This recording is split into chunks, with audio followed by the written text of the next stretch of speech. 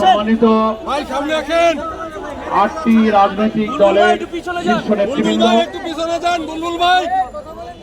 আজকের এই প্রধান উপদেষ্টা বরাবর স্মারকলিপি প্রদান কর্মসূচিতে উপস্থিত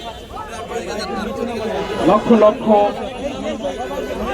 জনতার মিছিল এবং স্মারকলিপি প্রদান শেষে সমবেত দেশবাসী ভাইয়েরা,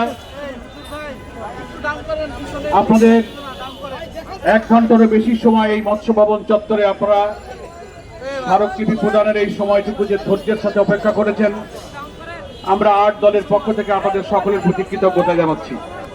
আল্লাহ শুকরিয়া জানাচ্ছি, দেশ ও জাতির স্বার্থে, মুসলিম উম্মার স্বার্থে এই কষ্ট এই জাতি অনেক দিন করেছে। সামনে আরো কোনো কষ্ট, কোনো ত্যাগের প্রয়োজন হলে সেগুলোর বিনিময়ে আমরা আমাদের ইচ্ছিত লক্ষ্য আমরা অর্জন করতে চাই ইনশাআল্লাহ। অনেক নেতৃবৃন্দ এখানে আছেন, সকলেই বক্তব্য রেখেছেন। আপনাদের ধৈর্যের দিকে তাকিয়ে আমরা পরামর্শ করেছি যে লম্বা বক্তৃতার আর প্রয়োজন নেই, আমরা জাস্ট স্মারকলিপি প্রদানের বিষয়টা আপনাদেরকে একটু অবহিত করেই আপনাদের আজকের কর্মসূচি আমরা এখানেই সমাপ্ত করব। আমরা যথারীতি প্রধান উপদেষ্টা বরাবর স্মারকলিপি পেশ করার জন্যই 8টি দলের প্রতিনিধি আমরা সেখানে গিয়েছিলাম। সেখানে মাননীয় প্রধান উপদেষ্টার কার্যালয়ের মহাপরিচালক উপস্থিত ছিলেন।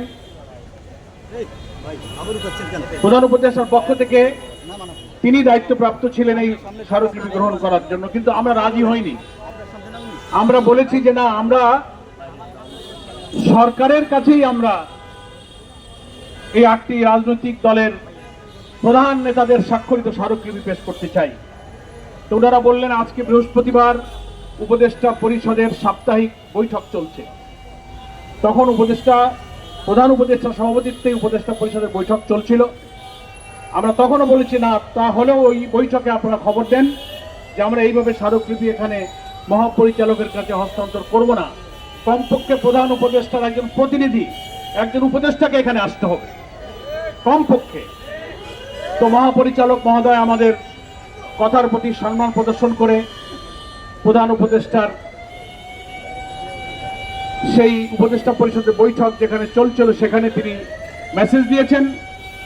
আমাদের মেসেজ পাওয়ার পর প্রধান উপদেষ্টা মহোদয়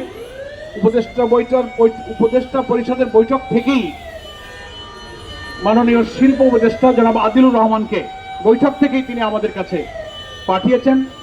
তো উপদেষ্টা পরিষদের বৈঠক থেকে উঠে আমাদের এখানে আসতে গিয়ে যতটুকু সময় লেগেছে, এ কারণেই কিছুটা বিলম্ব হয়েছে। উনি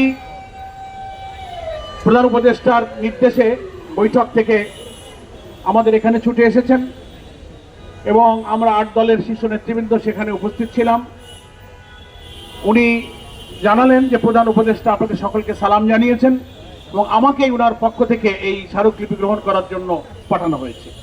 তো আমরা 8 দলের শীর্ষ নেতৃবৃন্দ ওনাকে আমরা স্বাগতম জানিয়েছি, ধন্যবাদ জানিয়েছি যে আপনি যে আজকে এই লক্ষ লক্ষ 8 দলের নেতা কর্মীদের গণ আকাঙ্ক্ষার প্রতি সম্মান রেখে প্রধান উপদেষ্টা প্রতিনিধি হিসেবে আপনি এসেছেন, আপনাকে আমরা ধন্যবাদ জানাচ্ছি।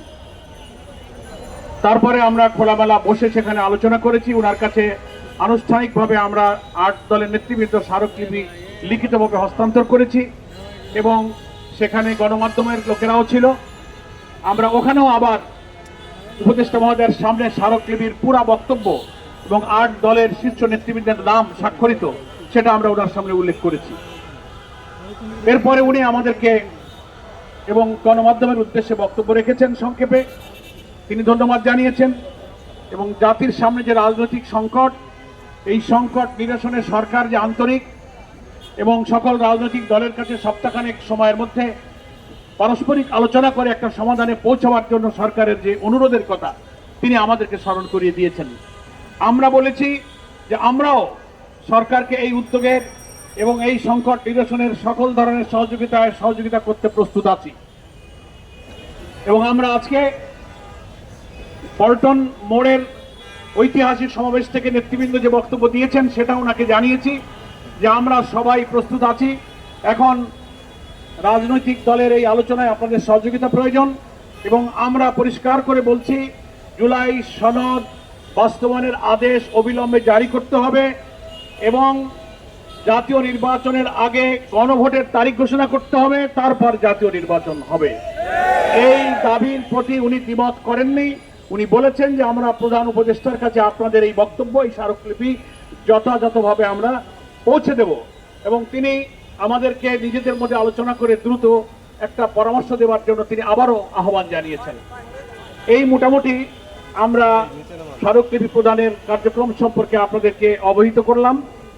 আর সাংবাদিক বন্ধু যারা আছেন, যেহেতু এখানে দীর্ঘ সময় আমাদের হাজার হাজার ভাইরা অপেক্ষা করছেন, নামাজ হয়েছে 2টা পার, আজকে আমাদের এই স্মারকলিপি প্রদান সংক্রান্ত বক্তব্যকেই আমাদের ব্রিফিং ধরে নেবেন পৃথকভাবে, আর এরপরে ব্রিফিং করাটা সময়ের কারণে অনেকেই ধৈর্য ধরতে পারছেন, অনেকে কষ্ট হয়েছে। 11 তারিখে এই রাজনৈতিক এই 8টি শীর্ষ দলের উদ্যোগে রাজধানী ঢাকায় একটি মহা সমাবেশের যে আহ্বান জানানো হয়েছে সে খবর আপনারা ইতিমধ্যেই পেয়েছেন।